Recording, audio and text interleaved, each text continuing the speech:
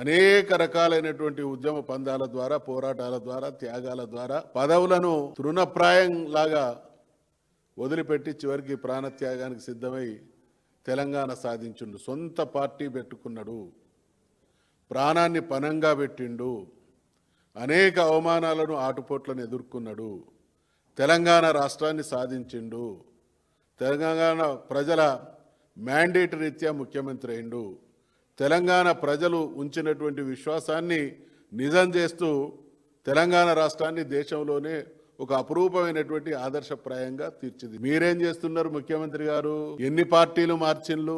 మంది పార్టీలలో ఇవాళ ఇది ఒక వెకిలి వేషం అయితే, ఇంకొక దుర్మార్గం కేసీఆర్ గారి పాలనను మరిపించేటువంటి పాలన, అంతకంటే గొప్ప పాలన అందిస్తామనేటువంటి హామీలు ఇచ్చి ఇవాళ ఎటువంటి దిగజారుడు ప్రభుత్వం, ఎటువంటి గారడి ప్రభుత్వం నడుస్తా ఉన్నదో ప్రజలు గమనిస్తున్నారు.